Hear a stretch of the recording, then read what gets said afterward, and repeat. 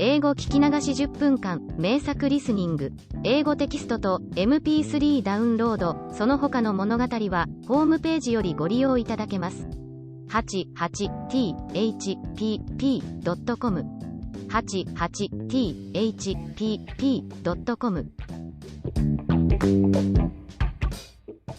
A Dog of Flanders. Nello and Patriski were left all alone in the world. They were friends in a friendship closer than brotherhood.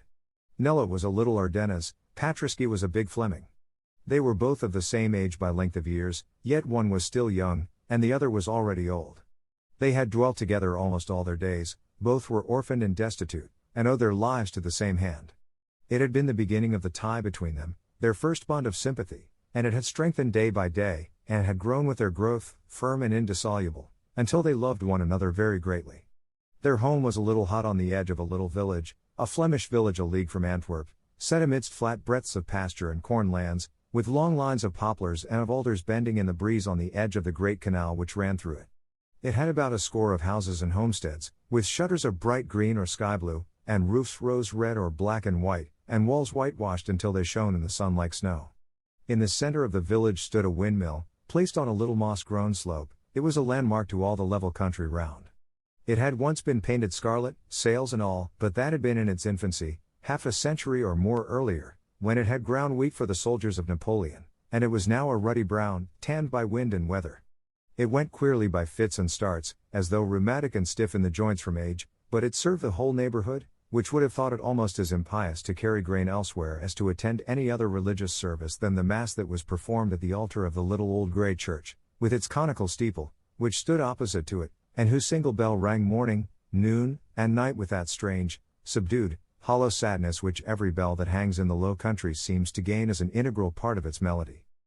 Within sound of the little melancholy clock almost from their birth upward, they had dwelt together, Nello and Patriski, in the little hut on the edge of the village, with the cathedral spire of Antwerp rising in the northeast, beyond the great green plain of seeding grass and spreading corn that stretched away from them like a tideless, changeless sea. It was the hut of a very old man, of a very poor man, of old Jehan Doss, who in his time had been a soldier, and who remembered the wars that had trampled the country as oxen tread down the furrows, and who had brought from his service nothing except a wound, which had made him a cripple. When old Jehan Doss had reached his full 80, his daughter had died in the Ardennes, hard by Stavelot, and had left him in legacy her 2-year-old son. The old man could ill contrive to support himself, but he took up the additional burden uncomplainingly, and it soon became welcome and precious to him.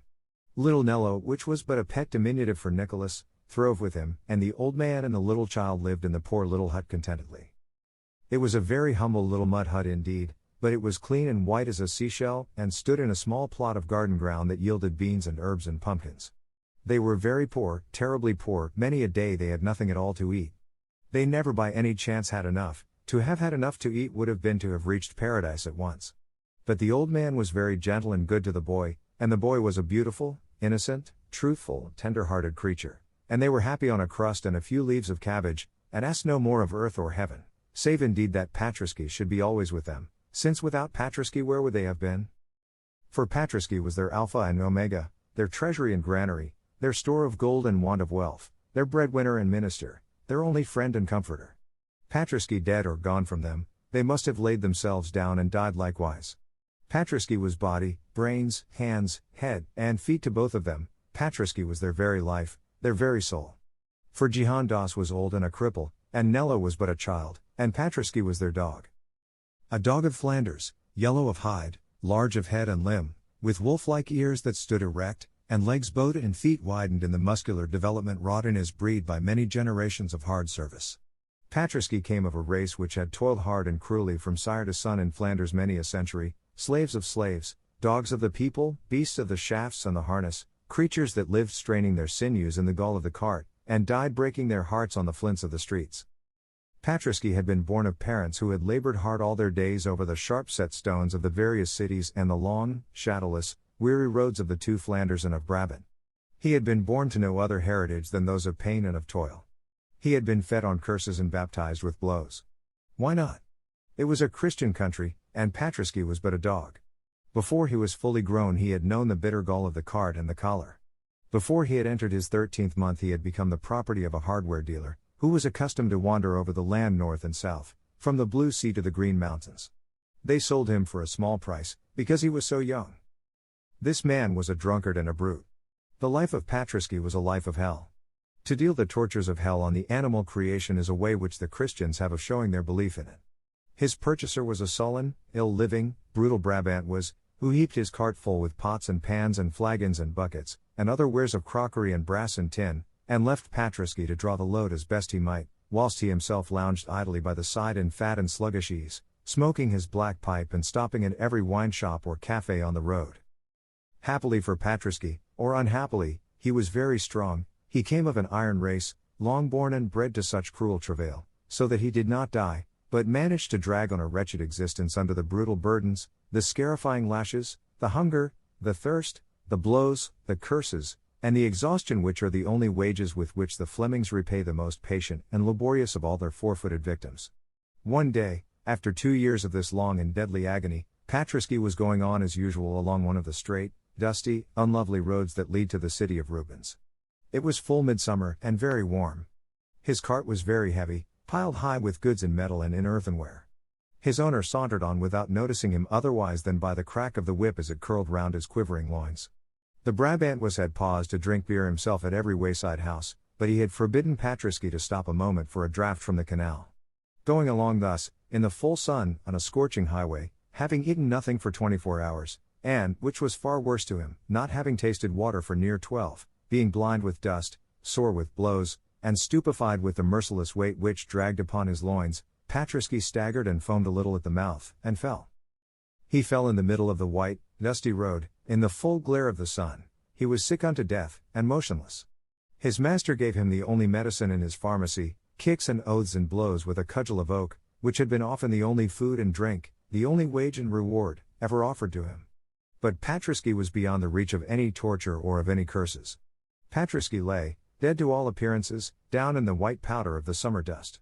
After a while, finding it useless to assail his ribs with punishment and his ears with maledictions, the Brabant deeming life gone in him, or going so nearly that his carcass was forever useless, unless indeed some one should strip it of the skin for gloves, cursed him fiercely in farewell, struck off the leathern bands of the harness, kicked his body aside into the grass, and, groaning and muttering in savage wrath, pushed the cart lazily along the road uphill, and left the dying dog for the ants to sting and for the crows to pick.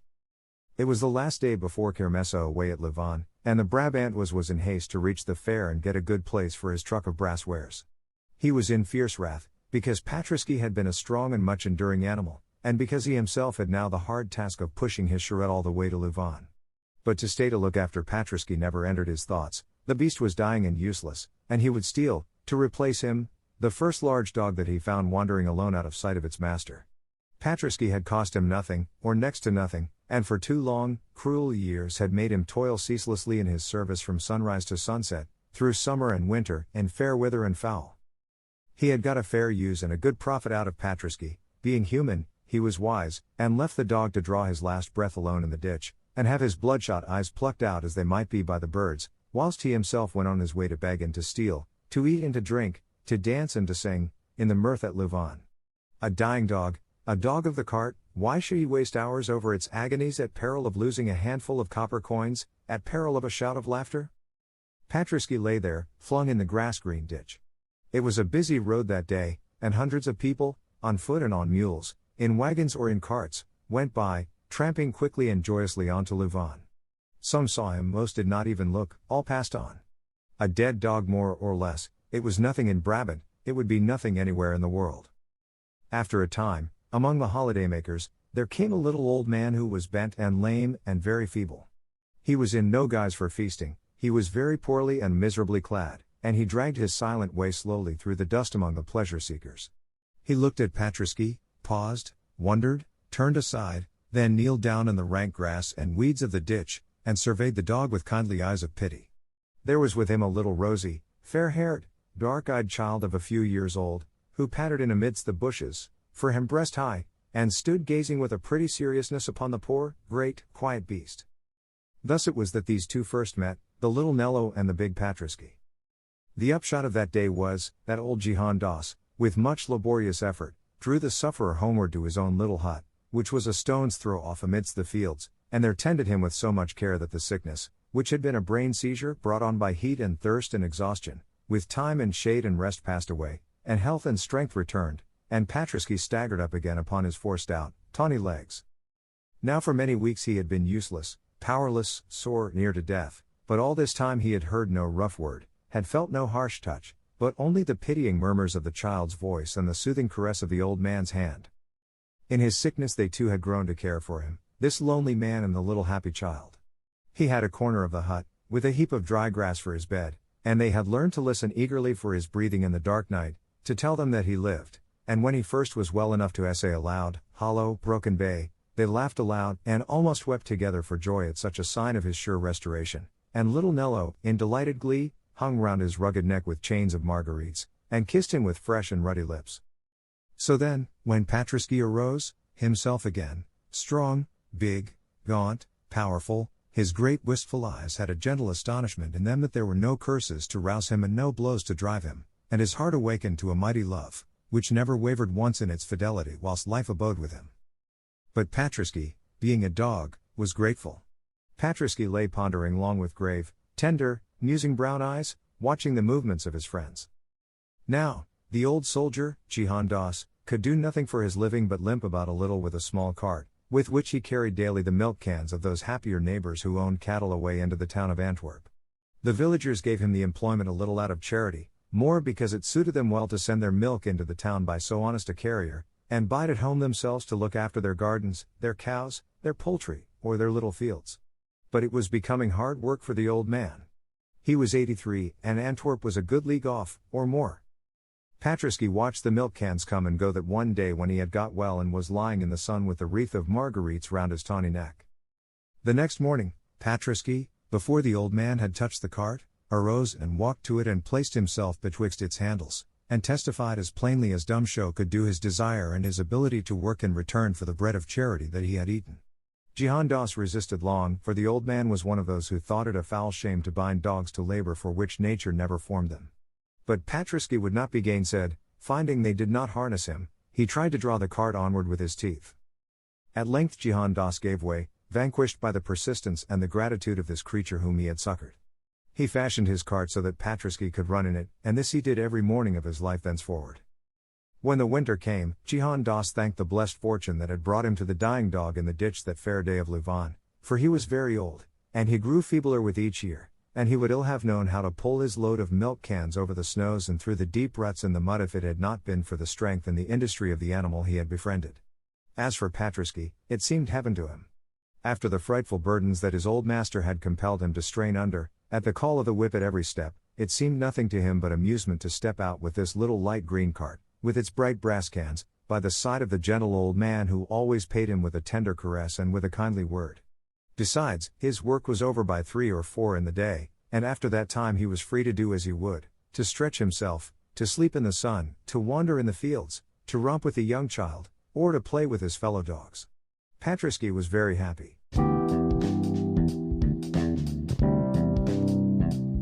英語聞き流し10分間、名作リスニング、英語テキストと MP3 ダウンロード、その他の物語は、ホームページよりご利用いただけます。